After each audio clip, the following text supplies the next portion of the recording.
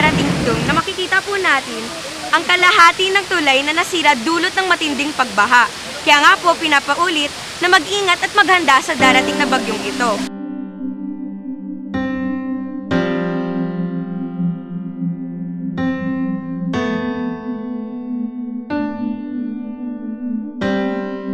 Uuwi dahil mamaya malakas na ang bagyo. Ba't kayo nagmamadali kung pauwi na kayo?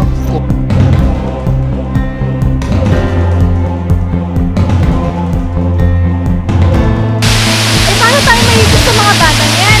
Wala ka silang bangka.